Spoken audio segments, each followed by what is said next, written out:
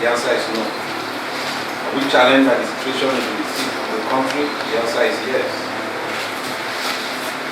It's good to have an ambition. It's good to have a dream. It's good to have personal drive. But above all, what is more important is the interest of the people. What drives me in Edo State is my vision of transforming Edo State into a destination of first choice for any person coming to Africa. Somebody might say this is quite laudable, but I want to tell you it's achievable. Edo State today is situated geographically in one of the best zones in Africa. Edo State is like a hub. You can't go to the east, you can't go to the west, you can't go to the north without passing through Edo State. If you have such a state and you pass by and you look at the present situation, you can start from the human capital. An average citizen in Edo State today, they are barely existing. They are not living. We must give these people a hope. We must give these people a life. But we Christian our campaign, the beacon of hope. There's a reason we Christian the beacon of hope. We need to reestablish the beacon of the state that made it what it was. Today, are we where we are supposed to be? No. In any situation, in any geographical situation or political situation, you have to start from the known to the unknown. What is the value we have as a state? The value we have as a state today is the name, Benin Kingdom. How have we been able to take advantage of the name, to transform it into socio-economic value for the people? We have not done this in the past. These are some of the things we want to do. Focusing on tourism and rebuilding our own world. That's number one. Number two, everybody seems to realize today that Edo State, we're in serious debt as a state. How are you going to pay that debt? Every person is running to become governor. Do they have programs? Do they understand the geography of the state? Do they know how they are going to transform the state from where it is to where it ought to be? So, to become a governor of Edo State, you must first of all think of how you have to grow the economy. If you cannot grow the economy, you can't tell people you are going to give them free health or whatever. You can't tell people you are going to give them education. You can't tell people you are going to give them housing. All these things you want to give to people, you first of all have to create wealth before you give it to them. The government have no cash money to give to people. The government can provide a platform for our people to be rich. That is where I come in. Today, Edo State is in debt. How are you going to pay your debt? Where are you going to get the money from? Agri is going to be one, outside tourism, agri is going to be one area we are going to seriously focus on. Provide basic food for people. And if we are going into agri will help us to develop some smart cities around Edo State. If you look at Edo State's geographical history, the names you have been hearing, the cities you have been hearing since 1963, those are still the same cities you are hearing of. They are not growing any further, rather they are deteriorating.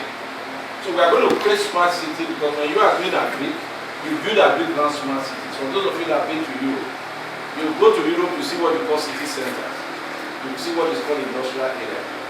All the city centers you see in Europe were developed by the Jewish people and they were created out of farm.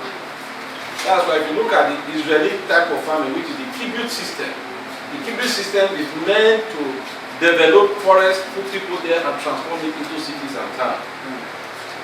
We are going to do this. Why are we focusing on food? If you look at your Google, you discover today Lagos consumes over 4.6 billion naira of food daily. Not monthly, daily. Ibadan, over almost 2 billion daily.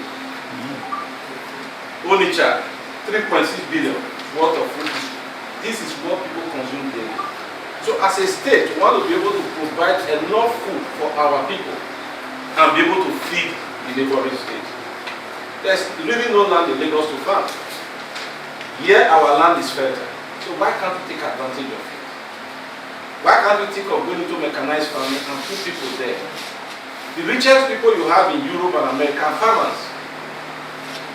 Why do they have that interest? They have the basic needs wherever they are as farmers. Yes, security, people tell you of security. How are you going to come into farming when securities are going to put in place?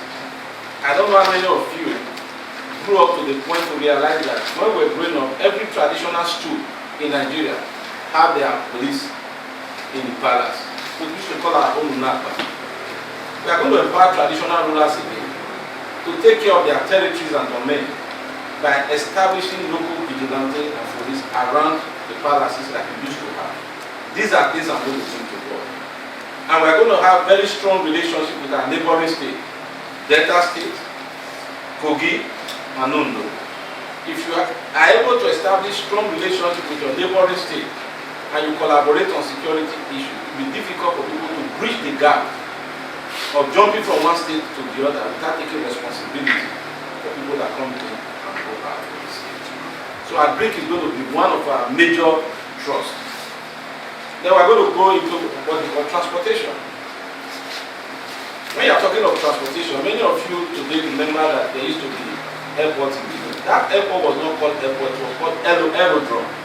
That's not an airport. We need to build standard airports. It doesn't cost much. All these things we try to do, we are saying we do, require deliberate action, having the people at heart. Then you are talking of transportation today. Many of you are from Kogi, or many of you pass through Kogi to Edo State. Have you ever thought about it that when you have a bridge between Ida and Aganigo, that you have cut the journey between the north and south by 2 hours? If you have a bridge between Ilushi and the last village in Kogi, forgetting the name of that village, it's called people coming from Usuka. They practically will flow in there, get on that bridge, and look there. And by the time you pass through there, you're already on your way to Lagos. These are things we have to be deliberate about if you have the interest of the people at heart. We are going to develop all this because these are cash cows that can drive the income of the state upward. Then we are going to have what we call fabrication yard. I'm sure many of you have been hearing of the seaport.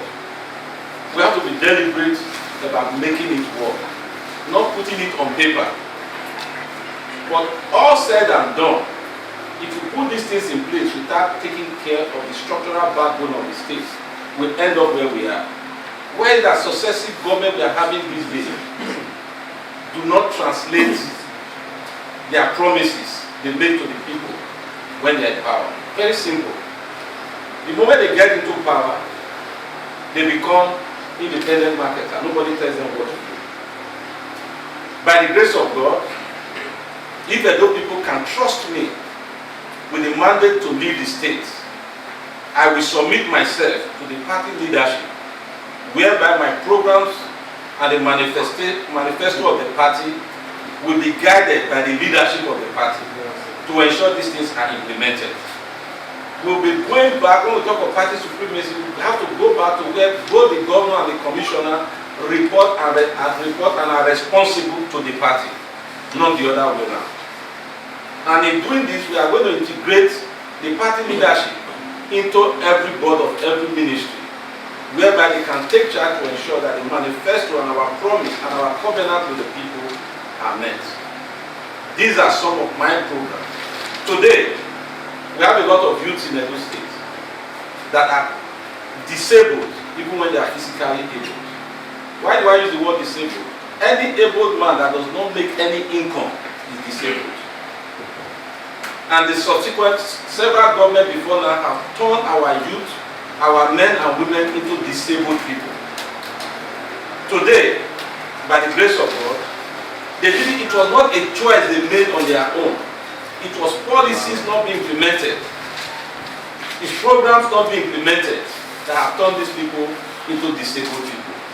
I am going to ensure I enable the youth of my state to be responsible to themselves and to become productive.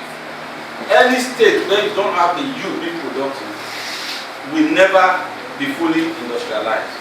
Edo State will witness a turnaround change if and when the people can trust me to lead them. I don't want to rule over my people, I want to lead my people. And leadership is by influence. And we are going to demystify that office and make every person understand that governance is not about one man, it's about the people. That's why I said I have a vision, and my vision is I have to sell my vision to the people so that we can make a corporate vision to the whole state. Thank you, and God bless you.